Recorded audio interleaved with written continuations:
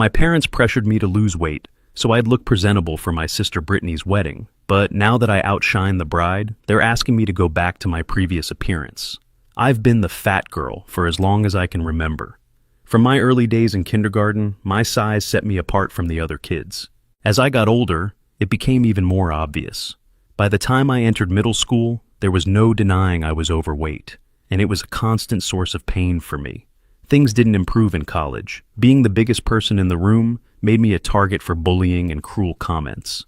The teasing was relentless, and I felt like I couldn't escape it. My classmates called me names, made mean jokes, and excluded me from games, parties, and social gatherings.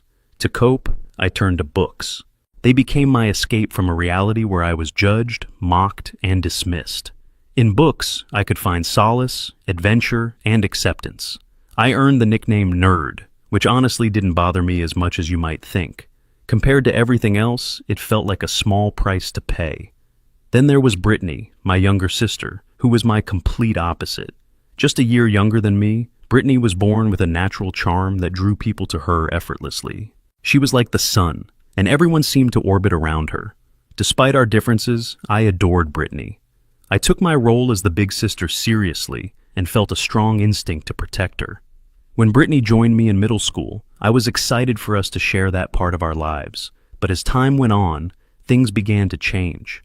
Brittany started to notice the differences between us and how others treated us. While I was the shy, introverted bookworm, Brittany fit in perfectly with the popular kids. Slowly, she began to distance herself from me. At first, it hurt, but when she started joining in with the others to humiliate me, the pain became unbearable. In high school, Brittany and her friends took every opportunity to mock me. If they crossed paths in the hallway or cafeteria, they'd make cruel jokes, or worse, try to trip me while I was carrying my lunch tray. At home, it wasn't much better. Her friends would invade my room without permission, laugh at my body, and throw around insults like fat cow and nerd. I tried talking to my parents about how much Brittany's behavior hurt me, but they brushed it off. They said she was just being playful, and that I shouldn't take it so seriously. Their lack of support only deepened my loneliness. The only time I felt like they acknowledged me was when it came to my academics. I excelled in school, and that became my way of standing out. My parents loved bragging about my grades as if they were proof of their parenting success, but this only fueled Brittany's resentment toward me. She hated the comparisons, and sometimes she took it out on me by sabotaging my schoolwork. Years later, Brittany admitted during a drunken confession that she had stolen my homework and ruined my projects out of spite. By then, though, I had already moved on physically and emotionally, putting distance between us after college. Even as adults, our relationship never fully recovered. It's soft and sure, but we never built the deep bond many sisters share. I started a new life in another city, and we only communicated occasionally through messages or calls. Last summer, I decided to visit my family for the first time in a while. I was excited to reconnect, but things quickly took a turn. During a family lunch, Brittany announced that she was engaged. No one had known beforehand, not even my parents. To prove it, she showed off a stunning engagement ring. As the congratulations began to fade, Brittany turned to me and asked, "So, what have you been up to lately?" I started talking about my work, my life, and how fulfilling everything had been for me. Before I could finish, Brittany interrupted, saying loudly enough for others to hear, "I just have to ask, why are you still fat? I mean, if your life is so great, shouldn't you have lost weight by now?" The room fell silent. Her words hung in the air, sharp and humiliating. I tried to shrug it off with an awkward laugh, but then my parents joined in. They started expressing concern about my weight and the fact that I was still single. They even mentioned being worried that I might never have children. I was proud of everything I'd accomplished, but to them, none of it mattered. My weight and lack of a family were all they could see. As my parents and Brittany kept talking about me, their comments stung far more than I expected. For years, I had worked hard to build my confidence and independence. But in that moment, I felt like the insecure, awkward teenager I used to be. My parents praised Brittany for getting engaged before me and went on about how proud they were of her. Somehow, despite all my achievements, I was the lesser daughter, successful, but not in the ways they deemed important. Brittany didn't stop there. She turned to me with a mocking tone and asked, "So, are you getting married? I mean, do you even have a boyfriend?" It was clear she was trying to embarrass me in front of everyone. My parents chimed in, agreeing that it was time for me to find someone before it was too late. They pointed out that Brittany, despite being younger, was settling down, while I was wasting my life on my job. I tried to defend myself, explaining that I was living my life the way I wanted.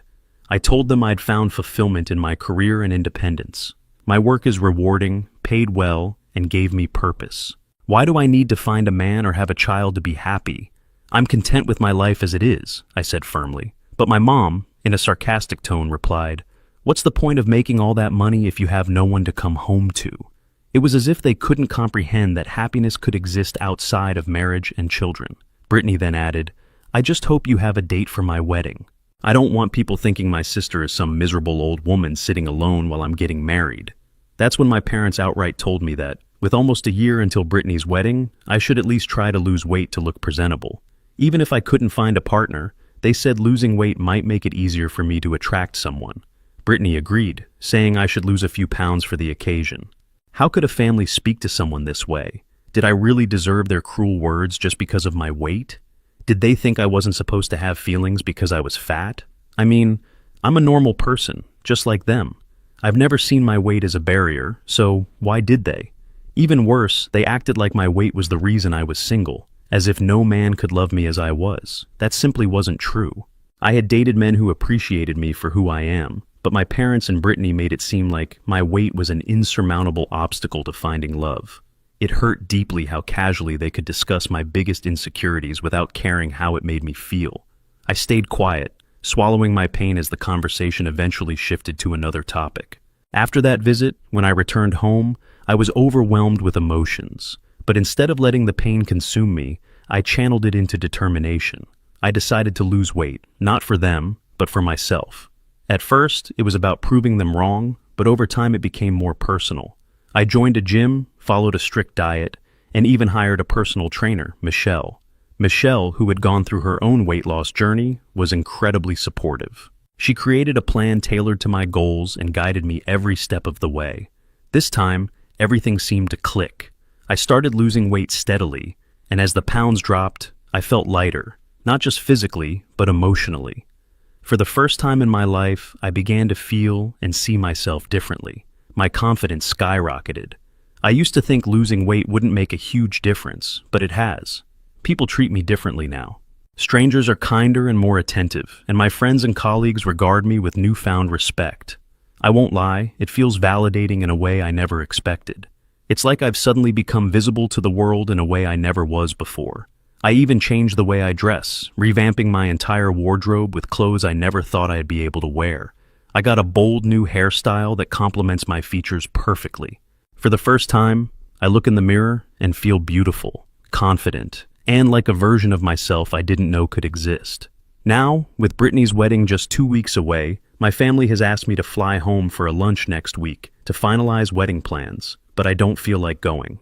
I don't want to face my family and risk being ridiculed again, especially now when I finally feel good about myself. I don't even want to attend Brittany's wedding after how she and my parents have treated me, so I'm left wondering, would I be the bad person if I skip my sister's wedding? Update 1. I'm overwhelmed by everyone's responses. Some of your suggestions are hilarious. I can't believe so many of you are encouraging me to show up and upstage my sister now that I've lost all this weight. Growing up as the fat girl seriously affected my self-esteem, especially how I saw myself. For years, I struggled with self-doubt, always feeling like I wasn't good enough. But reading your comments has been eye-opening. It's like you've helped me see myself in a completely new light, and for the first time, I feel more confident than ever. In fact, I'm now seriously considering attending the family lunch to surprise everyone. They haven't seen me in ages, and since I'm not on social media, they have no idea about my weight loss. It'll be interesting to see their reactions. Update 2. This update is going to be good. Grab some popcorn because things are about to get interesting. I decided to fly out to attend the family lunch. As I mentioned before, I thought seeing me would make them proud of the transformation I had achieved. After all, they were the ones who initially pushed me toward this change. Surely they'd be excited to see the positive changes in me and finally acknowledge all the hard work I had put in.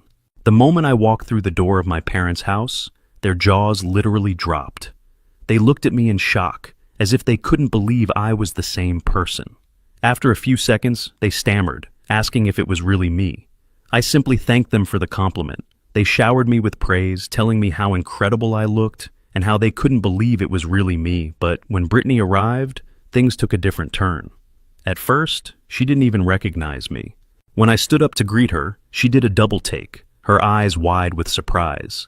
Then she let out a strange, almost forced laugh before walking over and pressing her fingers into my stomach as if she needed proof that I had actually lost all that weight. My parents laughed at her reaction and told her they couldn't believe it at first either. When we sat down for lunch, the conversation revolved around my transformation. Brittany and my parents bombarded me with questions about how I had achieved it, still surprised to see the results. It seemed like they couldn't fully believe it, as though they doubted it was real. Brittany, in particular, kept repeating how she never expected me to change so drastically. After losing weight, she commented, "When I told you to lose weight, I never imagined you'd look this good. I didn't even know you had that jawline and those ankles under all that fat." I paused, trying to keep my composure, and smiled before replying, "Brittany, I've always been beautiful. Losing weight just enhanced my features." However, Brittany insisted it wasn't just that, and said there was something truly different about me now. Then she had the audacity to ask, "Did you get surgery? There's no way you look this good on your own." I felt my blood start to boil. Not everyone takes the easy route like she does. I worked incredibly hard, just like I did to achieve my academic merits and my job. But to her, it was impossible because she'd never put in that kind of effort in her life. I looked her straight in the eyes and said, "Well, Brittany, it's amazing you think so little of me. No, there was no surgery, just hard work and self-love, something you might want to try someday." Brittany's expression shifted from surprise to irritation, but I didn't care. It felt good to finally speak up and put her in her place. Before she could respond, my parents stepped in, trying to smooth things over. "You shouldn't be offended," my mom said. "It's just that none of us have ever seen you like this before. Honestly, you look even more beautiful than Brittany now, and she's the one getting married." Brittany looked even angrier after my mom's comment. I ignored her and focused on my lunch, letting my sister stew in her annoyance. Then my mom added, "You know, I was thinking maybe you should go back to your natural hair color. I think you'd look even better with your original tone. This blonde look makes you stand out too much. You should go back to how you were before." My dad immediately agreed with her. My dad chimed in, saying Brittany had always been the blonde daughter in the family, and I the brunette. He suggested I return to my natural color to look more like myself. The truth was, my stylist had recommended the blonde color because it complemented my skin tone and face better. It had nothing to do with trying to stand out or upstage my sister. I could understand why Brittany was jealous of me now that I looked good, but I couldn't understand why my parents seemed so unhappy with me. It was as if they wanted me to go back to who I was before, when they were the ones who wanted me to look more presentable for their beloved daughter's wedding in the first place. I remembered how they had pushed me to lose weight because they were embarrassed. Now that I had achieved it, they just couldn't accept the person I had become. Instead of celebrating my growth, they were looking for reasons to make me revert to my old self. Finally, I asked them, "What's your problem? Why can't I be blonde too? Does my sister own that color?" I paused, waiting for a coherent response. But when they had nothing to say, I continued, "No, she doesn't. I can be blonde or brunette. It's my choice. Why does it matter so much to you?" I couldn't understand why they were so obsessed with making me return to my old appearance, as if my looks had to match who I was in the past. My mom argued that I was sabotaging Brittany's wedding by trying to stand out with my appearance. Brittany chimed in, saying my weight loss was already going to draw attention, so I really didn't need to steal her hair color too. My dad, as always, sided with them, telling me to stop making things harder and agree to be a less flashy version of myself for the wedding. I couldn't believe what I was hearing. This wasn't about taking anything away from anyone. It was about having the freedom to choose what made me feel good, but instead of supporting that, they were all focused on how it might make Brittany feel uncomfortable. "You know what? I'm done," I said. "All three of you are so trapped in your own negativity that you can't even accept that I've changed. The truth is, I've always been amazing, just as I am, but none of you ever saw it. Now that I've lost weight, it's still not enough for you. No matter what I do, it's never enough." I decided to give them a taste of their own medicine. I turned to my mom first. "Mom, I really hate how loose the skin around your eyes is, and your lips droop on one side when you laugh. I can't help but notice all your crooked teeth. It's honestly disgusting. You should really do something about it before all your rotten teeth fall out." Then I turned to my dad. "Dad, you have no right to comment on anyone's hair color or appearance when you can't even keep a full head of hair. That gut of yours has grown so much over the years, especially this year. You've really outdone yourself. Have you been on a diet to grow it even bigger? Maybe you should check with a doctor to see if you're pregnant. Since you're always siding with Mom and Brittany, it might not be impossible biologically." They tried to protest, but I wasn't finished. Finally, I faced Brittany, saving the best for last. "And you, Brittany, don't ever belittle me again. Between the two of us, I've always been the prettier sister. Now that I've lost weight, you look even bigger than I ever did. Just look at those chubby arms of yours. I don't think there's enough time before the wedding to shed that extra weight, even if you starved yourself. And sure, you're a year younger, but all those late nights partying have taken a toll on you. Look at those dark circles. You look like a tired raccoon. Plus, all that sunbathing hasn't done you any favors. Your skin is wrinkled and rough. The saddest part is, you'll never be as smart as me. You could spend your whole life trying, but you're just a brute, and that doesn't go away easily. I worry about what you'll do when your husband leaves you for a younger, dumber blonde, and you have no way to survive." Brittany's face turned bright red with embarrassment, which probably didn't help her skin, and she looked like she was about to cry. I raised my glass, finished my drink in one gulp, and gave them all a mocking smile before leaving. I couldn't believe those words had come out of my mouth, but I didn't regret a single one. Well, maybe a little. I could think of even more things to say to them now, but I won't waste my time. After years of being their punching bag, they deserved every bit of it. After that lunch, I flew straight home and decided not to attend Brittany's wedding. Since then, my phone hasn't stopped ringing with voicemails and texts from my parents and Brittany calling me rude and disrespectful for the way I spoke to them and for leaving. My mom even insists I should fly back and attend the wedding, saying it won't look good to Brittany's in-laws if I'm not there. Well, too bad. Update 3. Everyone kept insisting I should attend the wedding anyway because it was the perfect opportunity for people to see how I looked now. I took their advice and decided to go, but only on the day of the event. I didn't tell my parents, and I certainly didn't want Brittany to know. Consider it a little surprise gift. At this point, I don't care if it seems petty. I wanted to have fun at a wedding and get my revenge, both of which I accomplished. Plus, there was an unexpected bonus, but let's start with their reactions. When I arrived, my parents looked shocked. They asked what I was doing there since they thought I wasn't going to attend. I told them I was there to enjoy the wedding. My mom said that was fine, but insisted I was overdressed and should remove some accessories. When she reached out to take them off herself, I slapped her hand away and warned her not to touch me again. I reminded her that the gym didn't just help me lose weight, it made me stronger. I jokingly added that she wouldn't want to find out how hard I could hit. After that, I mingled with the guests, catching up with people I hadn't seen in years. Unlike my parents, they were genuinely happy for me and complimented me on my transformation. I also met Brittany's fiancé, Chad, for the first time. I congratulated him on his wedding, though I wasn't exactly sincere. Marrying my sister isn't something I'd consider worth celebrating. He didn't seem like a great catch either. He made a slightly inappropriate comment, saying he didn't know Brittany had such a beautiful sister, and that if he had, maybe things would have been different. I brushed it off as a bad joke, though it left me uncomfortable. I just said good luck and moved on to speak with other guests.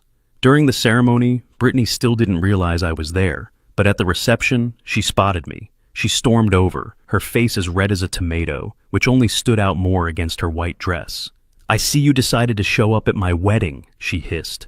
"I hope you leave some food for the rest of us." I laughed it off. It was obvious she was jealous, very jealous. The reception itself was enjoyable.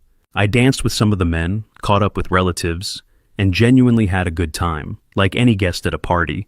But then her husband, Chad, approached me again, this time making an even more inappropriate comment. He said, "I know you and your sister don't get along, so maybe this can be our little secret." His words were slurred, but it was clear he was trying to hit on me on his wedding day. I gave him a disgusted look and walked away. Brittany has always had terrible taste in men. She's been cheated on a couple of times, but this was a new low. I didn't feel bad for her. This guy was truly repulsive. After that, I flew back home and haven't heard much from my parents or Brittany. We avoided each other during the reception, and I'm glad I made my point. One thing is certain, I won't be attending her next wedding, and believe me, there will be another one. because this marriage isn't going to last. Update 4. In my last post, many of you made bets on how long the marriage would last. Well, the winner is whoever guessed 7 months. Honestly, I lost 2 because I thought it would fall apart much sooner, but it took that long for Brittany's husband, Chad, to cheat on her and for her to finally find out. It might have been earlier, but let's face it, my sister has never been the sharpest tool in the shed. As I predicted, she couldn't handle being on her own. She's now living with my parents again. The only difference is, she's even more wrinkled and clueless than before, desperately searching for a new man willing to marry her.